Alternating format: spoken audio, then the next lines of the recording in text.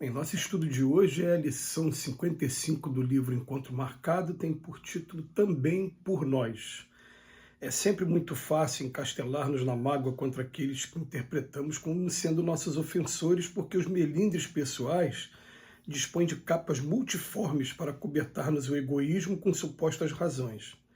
Se estamos, porém, atentos à recomendação de Jesus, que nos solicita a reconciliação com os nossos adversários enquanto nos achamos a caminho com eles, é forçoso saber alistar não apenas os males que partiram deles para nós, mas igualmente aqueles outros que partiram de nós para eles. Observar a gênese dos fatos que motivaram o desentendimento e positivar o tamanho da nossa participação na desarmonia em curso. Anotar as nossas vantagens e reconhecer honestamente se não estamos sendo os empreiteiros do arrasamento de nossos opositores. Estudar-lhes com sinceridade as atitudes para conosco e verificar se a dureza de coração é mais insistente do nosso lado. Analisar o nosso modo de ser e, depois de profunda introspecção, concluir se estamos incorrendo em teimosia e violência simplesmente para humilhá-los com demonstrações de pretensa superioridade. Pesquisar do nosso próprio caráter se não seremos nós, em verdade, os turrões inveterados, incapazes de qualquer reconsideração de caminho em favor da reorganização e da paz.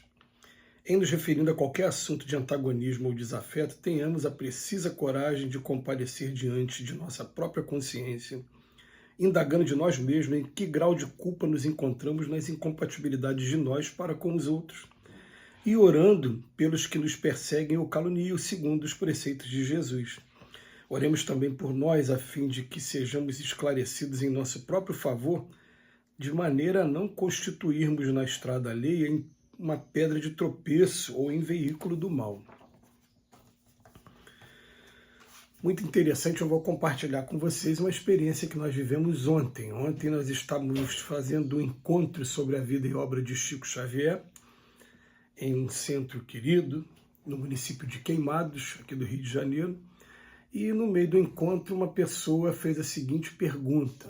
Ela está tendo uma incompatibilidade muito grande com uma pessoa da casa espírita dela que dá o curso do Evangelho. Então ela, num primeiro momento, ela expôs da sua reclamação e o que a gente foi levado naquele momento a pensar, né? Interessante até que, conforme ela fazia a pergunta, eu na hora de pensar na resposta, eu estava pensando o seguinte, né? A proposta que foi feita até pela espiritualidade aqui para mim. Imagina que essa pessoa que ela esteja reclamando seja você. E na hora eu parei para pensar, e a primeira coisa que veio na cabeça, eu falei assim, olha, a proposta que eu aprendi com o Emmanuel é que para a gente começar um trabalho, a gente iniciar um trabalho, a gente não pode esperar nunca a gente ficar perfeito, porque não existe perfeição na Terra.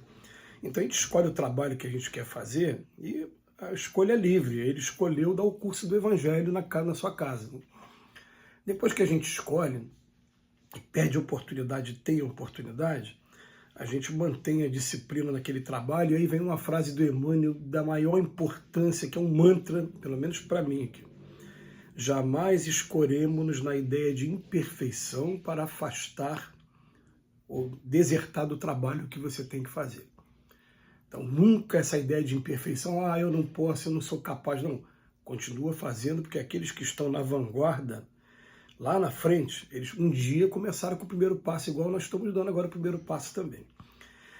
E daí, tem uma outra lição do Emmanuel que fala, quando a gente consegue botar disciplina no trabalho, uma luz parece que vai vergastando, esse o verbo que ele usa, a gente por dentro, até que a gente mande embora todas as sombras que tem dentro da gente.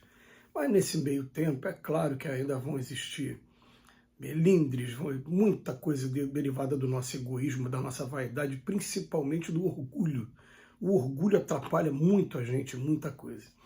E o orgulho vai fazer com que a gente ela não observe, às vezes, que nós estamos dando motivos. Por exemplo, o Emmanuel deu um repertório aqui para a gente, bastante interessante, para a gente fazer uma análise profunda de nós mesmos, porque a gente tem a mania de reclamar do outro.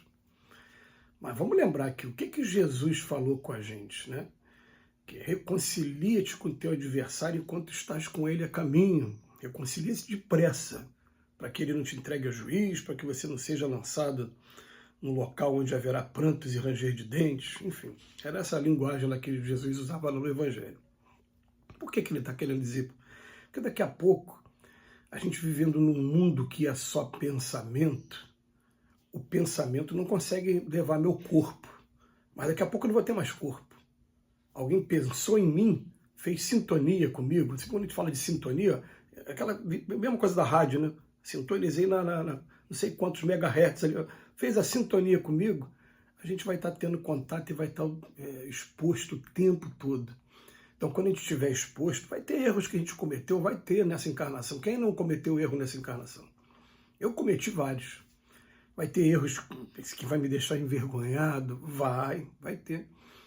Mas eu vou ter, pelo menos, né, aquele argumento, olha, eu não sabia o que eu estava fazendo, quando eu descobri o que eu estava fazendo, eu procurei mudar, e se eu não mudei completamente, né, 100%, eu tentei uma terapia para proporcionar mudança aos poucos, ela está a caminho, porque tem coisa que o ser humano é lento mesmo, nós somos lentos, eu fico envergonhado, às vezes, ainda de alguns defeitos que eu trago, mas de um ponto em diante, a reclamação não pode ser tão assintosa não, porque está tendo um esforço em mudança.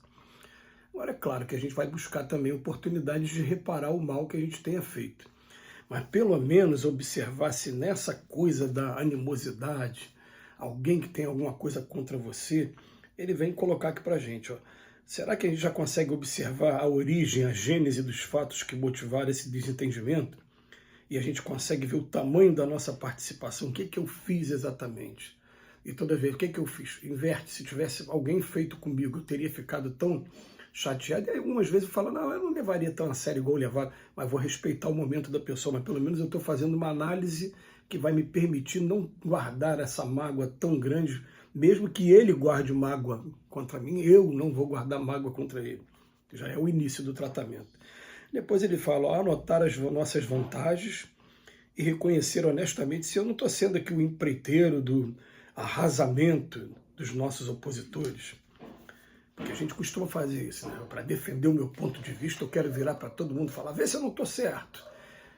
E vou colocando, né, do meu ponto de vista, colocando que eu estou certo e a pessoa esteja errada. Aí depois ele fala, estudar-lhes com sinceridade as atitudes para conosco e verificar se a dureza de coração não é mais insistente do nosso lado, porque às vezes a pessoa está apenas na lei de causa e efeito, tá vendo? Gentileza gera gentileza. Muitas das vezes a falta de gentileza também gera a falta de gentileza. A gente fica, será que a pessoa também, eu não estou tendo atitude também com ele, que está justificando ele ter essa atitude comigo? A gente vai fazendo essa análise. Depois o quarto, são 5, né? O quarto. Analisar o nosso modo de ser e depois de uma profunda introspecção concluir se nós não estamos incorrendo em teimosia e violência simplesmente para humilhá-los com demonstrações de pretensa superioridade. Essa aí mete o dedo lá na vaidade nossa, no orgulho nosso. Né? E por fim, pesquisar de nosso próprio caráter, senão seremos nós, em verdade, os turrões inveterados, incapazes de qualquer reconsideração de caminho em favor da reorganização da paz. 5 itens que o Emmanuel traz para a gente, para que a gente possa, né, colocar em evidência e fazer essa análise sempre, falar, poxa, por que a gente ainda tem esses relacionamentos tão complicados? Eu, por exemplo, comecei a pensar nessa lição agora, me veio à cabeça uma pessoa que tem um relacionamento complicado comigo. O que eu estou fazendo para melhorar isso?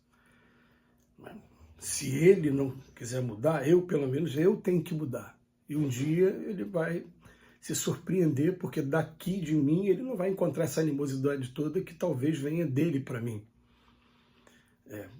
Ou então, o ideal, né? Não vai encontrar animosidade nenhuma. E vai ver que, na verdade, foi ele que perdeu tempo esse tempo todo, né? Em não reconciliando, ou então em alimentando o sentimento negativo. Mas eu aqui, ó, eu estou procurando entender o Cristo. Reconciliai-vos o mais depressa possível com o vosso adversário. Eu faço a minha parte. Que Jesus nos abençoe hoje e sempre.